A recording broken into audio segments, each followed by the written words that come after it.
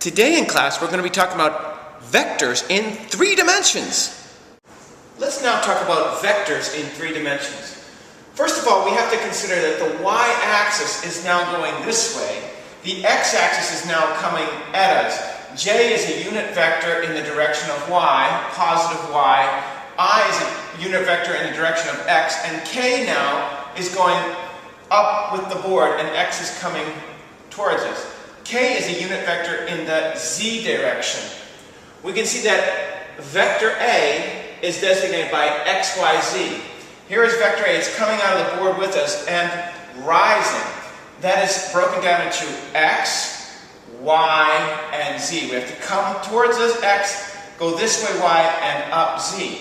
Well, how can we break that down? Well, we can say it's a vector with direction x, 0, 0. In other words, come out of the board x, go this way 0 and this way 0, and then go over y according to 0, y, 0, and then finally we're going to go 0 in the x direction and 0 in the y direction, and then up in the z direction.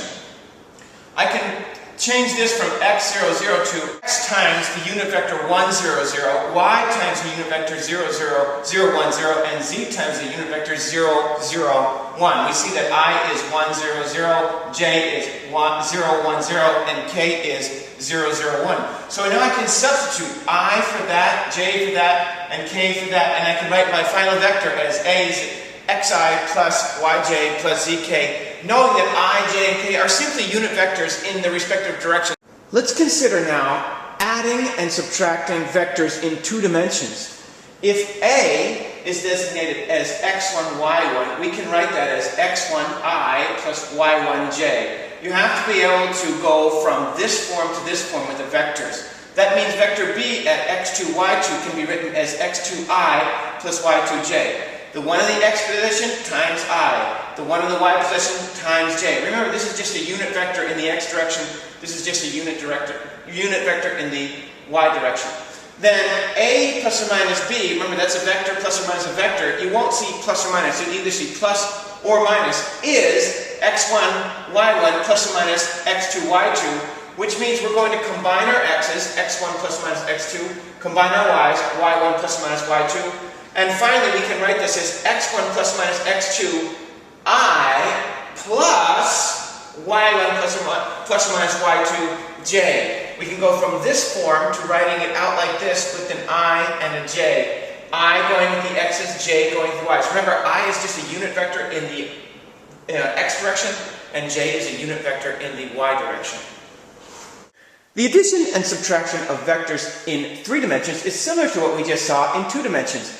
Now we have this extra z dimension. Remember, k is just a unit vector in the direction of z. So A is defined as x1, y1, z1, which we can write as x1i plus y1j plus z1k. I know that doesn't come naturally. You're going to have to use that and practice that to get that to come out naturally. B is equal to x2, y2, z2, which is the same as x2i plus y2j plus z2k. Unit vector in x direction, unit vector in y direction, unit vector in z direction. Well then, vectors in 3 dimensions, A plus a vector in 3 dimension B is x1, y1, z1 plus or minus x2, y2, z2, which we can write as group the x's, group the y's, group the z's. x1 plus or minus x2, y1 plus or minus y2, z1 plus or minus z2.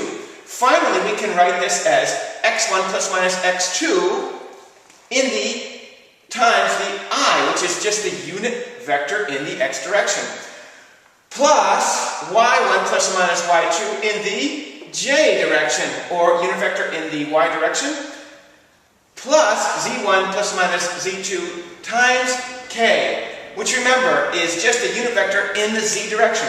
So this is 1, 0, 0, this is 0, 1, 0, and this is 0, 0, 1.